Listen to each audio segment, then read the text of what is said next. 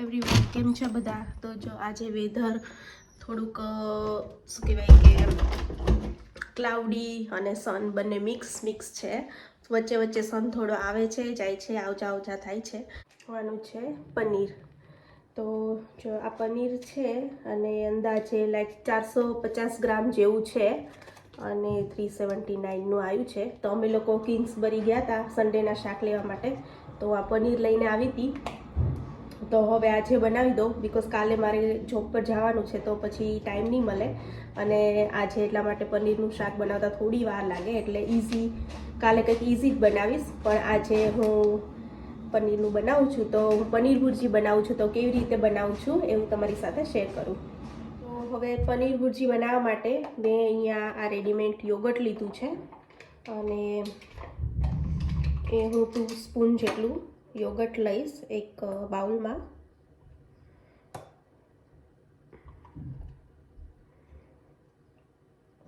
Three spoon જેવું મેં લઈ લીધું છે.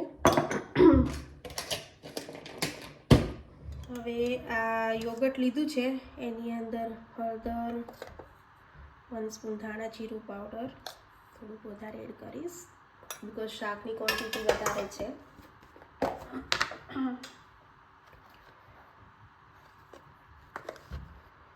અહીંયા 1 સ્પૂન જેટલું કાશ્મીરી મરચું પાવડર, થોડુંક સોલ્ટ, હાફ સ્પૂન ગરમ મસાલા પાવડર. મારી પાસે આ વેજ કઢાઈનો પંજાબી શાકનો મસાલો છે, એ થોડો એડ કરી દઈશ, પણ આ ઓપ્શનલ છે, અગર તમારી પાસે ના હોય તો પણ ચાલે. અને હવે આને મસ્ત મિક્સ કરી દઈશ. તો આ મસ્ત સરસ રીતે મિક્સ થઈ ગયું છે અને આ પેસ્ટને આપણે સાઈડમાં મૂકી દઈશું. તો અહીંયા મેં 3 જેવી ઓનિયન લીધી છે અને 2 મોટી સાઇઝના વાઇન ટમેટો લીધા છે. તો ઓનિયનને છે ને ઝીણી કટ કરવાની છે, પણ એ ઝીણી કટ કરવામાં શું કહેવાય કે આંખો એટલી બળે અને ટાઈમ પણ એટલો જાય, એટલે હું એને મોટા પીસીસમાં કટ કરીને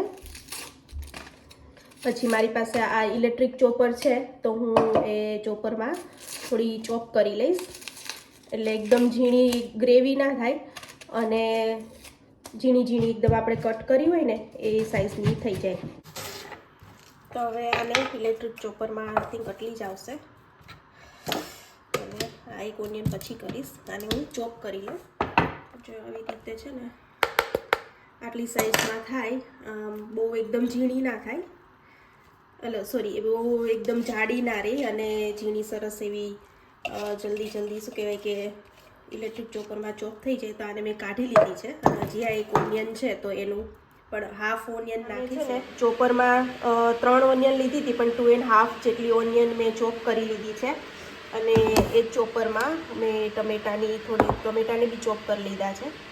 અને ટમેટાને ઝીણા કટ કરીને લેવા હોય તો પણ લઈ શકાય, અને પ્યુરી કરવી હોય તો પણ ચાલે. પણ મેં આમાં છે ને આ મેં બગાડ્યું હતું, તો આની અંદર જ મેં કરી લીધું છે, એટલે લાઈક શું કહે સ્મોલ પીસીસ રહ્યા છે. આંખો બહુ બળી મને, ઓનિયન બહુ જ સ્પાઇસી છે એની. ચલો હવે હું આનો વઘાર કરું એટલે તમને બતાવું કે હું કેવી રીતે કરું છું. એમાં હું થોડું બટર એડ કરીશ. આગળ મેં લસણ આદુની પેસ્ટ કરી લીધી છે. એમાં લસણ વધારે છે અને જિંજર થોડું ઓછું છે, અને આવી રીતે ગ્રીન ચીલીને ઝીણી પણ કટ કરી શકાય, પણ મેં છે ને આવી રીતે મોટી રાખી છે કે છોકરાઓ મારા તીખું નથી ખાતા, તો સ્પાઇસીનેસ લાઈક થોડીક એટલું બધું સ્પાઇસી ના બને, તો ઝીણું કટ કર્યું હોય તો પછી વધુ સ્પાઇસી બને. આમાં થોડુંક 1 સ્પૂન જેટલું જીરું એડ કરીશ, અને પછી આ જે પેસ્ટ છે એ નાખી દઈશ.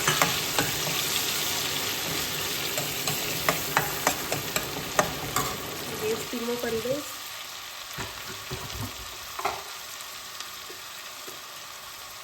આની અંદર 1 સ્પૂન આ સિક્રેટ ઇન્ગ્રીડિયન્ટ્સ છે, તો 1 સ્પૂન જેટલું બેસન એડ કરીશ.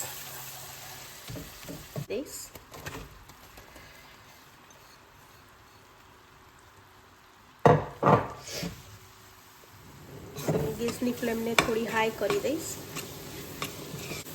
એટલે આની અંદર પહેલાં બેસનના એડ કરીએ એટલે કેવું કે બેસન પણ થોડો આમ શેકાઈ જાય, અને બેસન હોય એટલે એની ગ્રેવી જે છે એ શાકની ફ્લેવર પણ મસ્ત આવે અને ગ્રેવી પણ સરસ બને.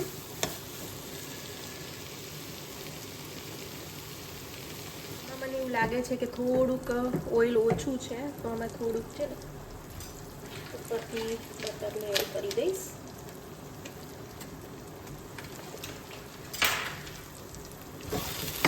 ઓનિયનને થોડી વાર ચડાવી લઈશ, લાઈક 1-2 મિનિટ જેવી રીતે. અને આને છે ને વચ્ચે વચ્ચે થોડું હલાવતી જઈશ. ટમેટા એડ કરી દઈશ. તો 2 મિનિટ જેવું થઈ ગયું છે ઓનિયનને, અને હવે ટમેટાને જે ચોપ કરીને રાખ્યા હતા ઝીણા ઝીણા ચોપરમાં, ટમેટા રસવાળા હતા ને એટલે ગ્રેવી જેવું જ થયું છે, એડ કરી દઈશ. હવે શાકની અંદર જે આ ગ્રેવી છે એની અંદર થોડુંક સોલ્ટ એડ કરીશ, બિકોઝ આપણે જે પેલી ગ્રેવી બનાવી તેમાં પણ સોલ્ટ એડ કર્યું છે, એટલે આમાં થોડું ધ્યાનથી એડ કરવાનું. અને હવે આ થોડુંક 2-3 મિનિટ આને ચડાવી દેવાનું. ગ્રેવી ચડે છે અને અહીંયા મેં રાઈસ પણ મૂકી દીધા છે, સાંજે પુલાવ પણ બનાવવાનો છે. તો હવે ગ્રેવી ચડે છે ત્યાં સુધીમાં હું પનીર પણ ગ્રેટ કરી લઉં, એટલે સાથે સાથે બધું પતી જાય. અને પનીર બનાવવાનું બીજું એક રીઝન એ પણ હતું કે એક ફ્રેન્ડ આવ્યા છે, તો એ સાંજે ડિનર માટે આવવાના છે. તો આજે ના બનાવત તો મે બી સેટરડે ના બનાવત, પણ આજે એ ફ્રેન્ડ આવવાના છે જમવા માટે, ડિનર માટે. તો મેં કીધું કે આજે પનીર બનાવી દઉં, અને સાથે પુલાવ અને પનીરનું શાક છે, તો પછી નાન બનાવી લઈશ. શાકને પણ થોડું જોઈ લઉં. તો અહીંયા છે ને આ ગ્રેવી તો આમ સરસ ઓઇલ સેપરેટ થવા લાગ્યું છે, ચડી ગઈ છે. તો હવે આની અંદર જે પેલી આપણે દહીંવાળી જે પેસ્ટ બનાવી હતી એ એડ કરી દઈશ.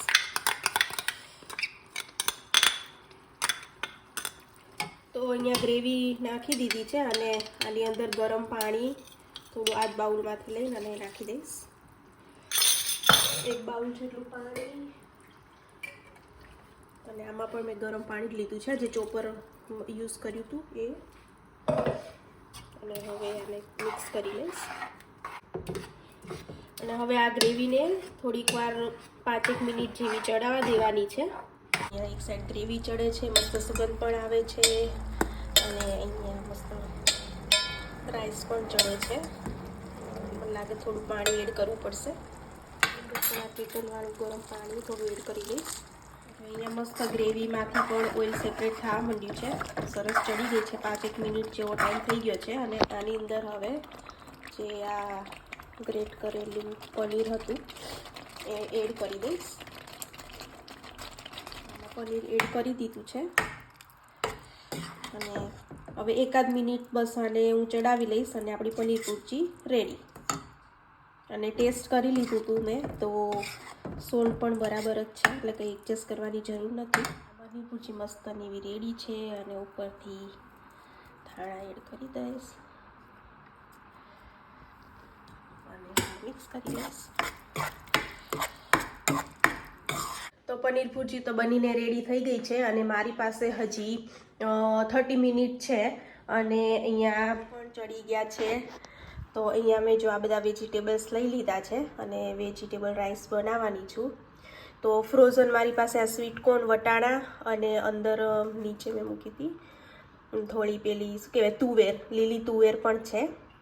પછી હાફ ઓનિયન જે શાકમાં કટ કરતાં વધી હતી એ, કેરેટ, પટેટો અને કેપ્સિકમ. તો આ બધી જ વસ્તુ જલ્દીથી વોશ કરીને પુલાવ પણ બનાવી લઉં, એટલે પછી જ્યારે હું છોકરાઓને લેવા માટે જાઉં ત્યાં સુધીમાં ઓલમોસ્ટ બધું જ કુકિંગ થઈ ગયું હોય, તો પછી સાંજે બસ ખાલી જમવાનું જ રહે. વેજ પુલાવ બનાવવાનું છે, એના માટે ઓઇલ એડ કરી દઉં. ઓઇલ આવી ગયું છે, થોડીક રાઈ એડ કરી દઈશ, જીરું, આ બધા ખડા મસાલા એડ કરી દઈશ, હિંગ, અને જે પણ આ બધું વેજીટેબલ્સ હતું એ બધું પહેલાં ઓનિયન એડ કરી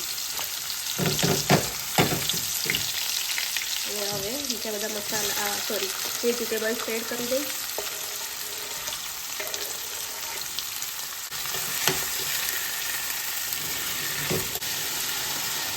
હવે આની અંદર કાળા જીરું, red chilli powder, salt,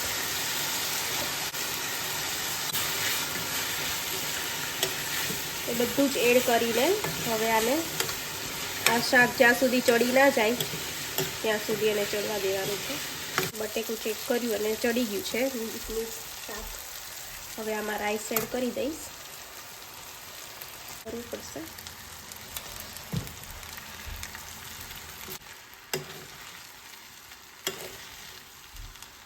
cut કરેલી એને એડ કરી દઈશ. અત્યારે સ્કાય કેવું છે અહીંયા સ્ટ્રીટમાં.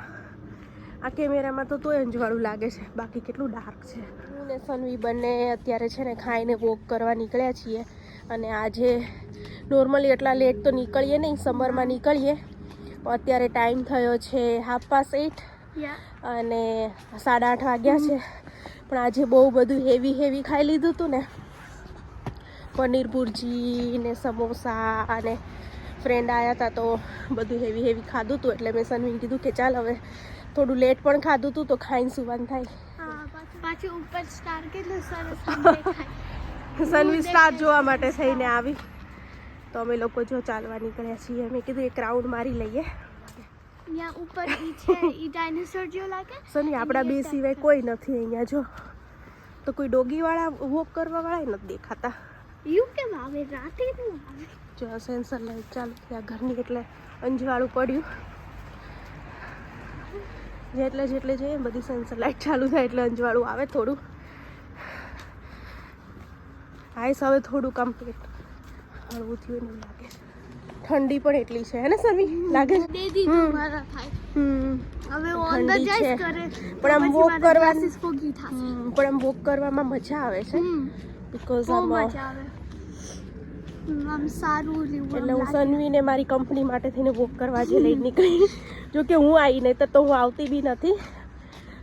તો તમને આજે મારી પનીર ભુરજીની રેસીપી ગમી હોય અને મારો વિડીયો ગમ્યો હોય તો લાઈક શેર અને સબસ્ક્રાઇબ કરજો. Okay bye.